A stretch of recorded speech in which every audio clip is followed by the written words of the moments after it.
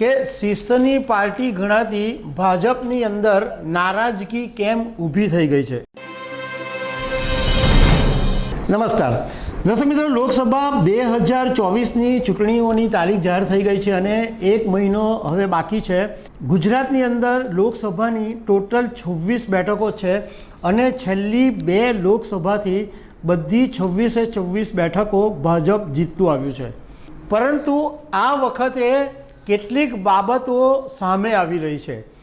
એ બાબત એ છે કે ભાજપનો ભરતી મેળો ભારે પડી રહ્યો છે અને બીજું કે ભાજપની અત્યારે વિપક્ષોની લડાઈ તો સાઈડ પરની વાત છે, એટલે કે કોંગ્રેસ સાથે લડવાની વાત સાઈડ પર છે। અત્યારે ભાજપને પોતાની સાથે લડવાનો સમય આવી ગયો છે અને બીજી તરફ કોંગ્રેસની હાલત એવી છે કે એમને ઉમેદવાર મળતા નથી। તો આ જે બાબત છે, અત્યારના જે આખું એક પોલિટિકલ સિનારીઓ જે ઊભો થયો છે એના વિશેનું એક એનાલિસિસ હું તમારી સાથે શેર કરીશ।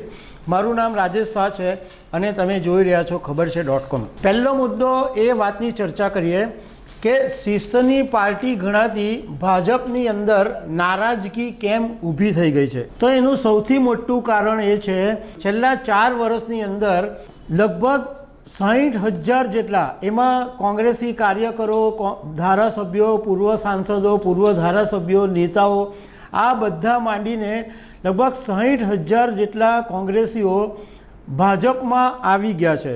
અને બીજું કે આ કોંગ્રેસીઓ ભાજપમાં આવતાની સાથે એમને વધારે મહત્ત્વ મળવા માંડ્યું છે। આ બાબતની સૌથી વધારે નારાજગી કાર્યકરોની અંદર જોવા મળી રહી છે।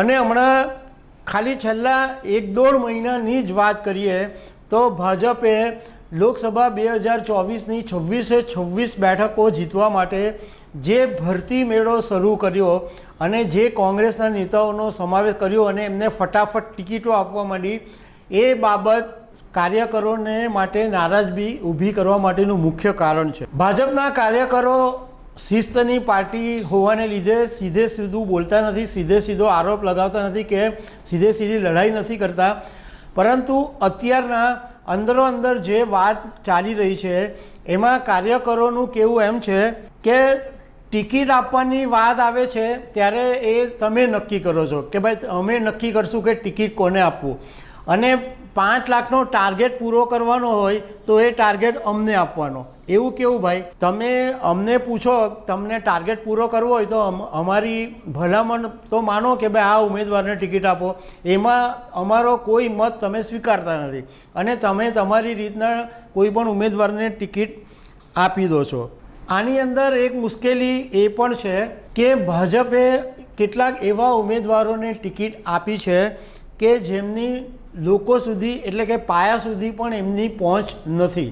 હવે એ વાત કરીએ કે અત્યારે જે ગુજરાતની અંદર 4 બેઠકો એવી છે કે જેમાં ભાજપની પોતાની જ લડાઈ છે, સામે પોતે ભાજપે લડવું પડે એવી સ્થિતિ ઉદ્ભવી છે। સુરેન્દ્રનગરની બેઠક પર ડૉક્ટર મુંજપરાની ટિકિટ કાપીને ભાજપે ચંદુ સિહોરાને ટિકિટ આપી એનો ભારે વિવાદ ઊભો થયેલો છે અને 5 લાખની વસ્તી ધરાવતો તળપદી કોળી સમાજ આનો વિરોધ કરી રહ્યો છે, એટલે સુરેન્દ્રનગરની અંદર પણ બબાલ ચાલે છે। જૂનાગઢની અંદર ભાજપે રાજેશ ચુડાસમાને ફરી રિપીટ કર્યા અને એનો લોહાણા સમાજ ઘણા સમયથી જબરજસ્ત વિરોધ કરે છે, કારણ કે ગીર સોમનાથના એક ડૉક્ટર છે અતુલ ચૂગ, એમણે આત્મહત્યા કરેલી અને એમના આત્મહત્યાની જે સુસાઇડ નોટ હતી એની અંદર રાજેશ ચુડાસમાનું નામ છે અને FIR પણ નોંધાયેલી છે। એટલે લોહાણા સમાજ એમ કહી રહ્યો છે કે જેની સામે FIR નોંધાયેલી છે એવા વ્યક્તિને ભાજપે ટિકિટ શું કામ આપી, અને લોહાણા સમાજ રાજેશ ચુડાસમાને બદલવાની માંગ કરી રહ્યું છે। પોરબંદર ઉપર ગણગણાટ સીધો સામે નથી દેખાતો, પરંતુ કાર્યકરો એમ કહે છે કે મનસુખ માંડવિયા આયાથી ઉમેદવાર છે અને કાર્યકરો ઘરે બેસી ગયા છે, કાર્યકરો કામ કરવા માટે સામે નથી આવતા। અમરેલીની અંદર ભાજપે ભરત સુતરિયાને ટિકિટ આપી છે અને ભરત સુતરિયાની સામે એટલો બધો વિરોધ છે કે હમણાં થોડાક દિવસ પહેલાં 2 જૂથની વચ્ચે જાહેરમાં મારામારી થઈ ગઈ હતી। હવે વાત કરીએ કોંગ્રેસની સ્થિતિની કોંગ્રેસની સ્થિતિ એવી છે કે એક તો 2 લોકસભાથી એક પણ બેઠક જીતતી નથી. બીજું કે ગુજરાત વિધાનસભા 2022ની ચૂંટણીમાં કોંગ્રેસનો જબરજસ્ત રકાસ થયો હતો અને 182 બેઠકોમાંથી કોંગ્રેસ માત્ર 17 બેઠકો જીતી હતી.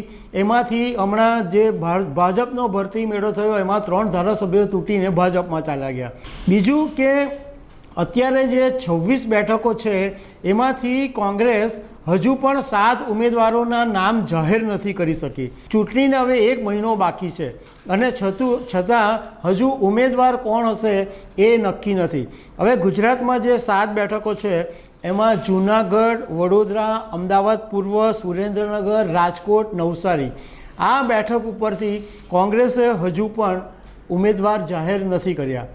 હવે કોંગ્રેસમાંથી ચૂંટણી લડવા માટે ઉમેદવારો કેમ ભાગી રહ્યા છે? તો એનું કારણ એ છે કે એ લોકોનું એમ માનવું છે કે પહેલું કે એક તો જીતની કોઈ ગેરંટી નથી. બીજું કે ચૂંટણી માટે જે ફંડની જરૂર પડે અને કોંગ્રેસે આ વખતે ફંડ આપવાની ના પાડી દીધી છે. અને ફંડ વગર ચૂંટણી કેવી રીતના લડી શકાય? એટલે આ વખતે ભાજપ કદાચ ભલે 26 બેઠકો જીતી જાય, પરંતુ કાર્યકરોનો જે રોષ છે એ ગમે ત્યારે ફાટી શકે છે. તો દર્શક મિત્રો, આવી અનેક વાતો સાથે અમે તમને મળતા રહીશું. Thank you very much.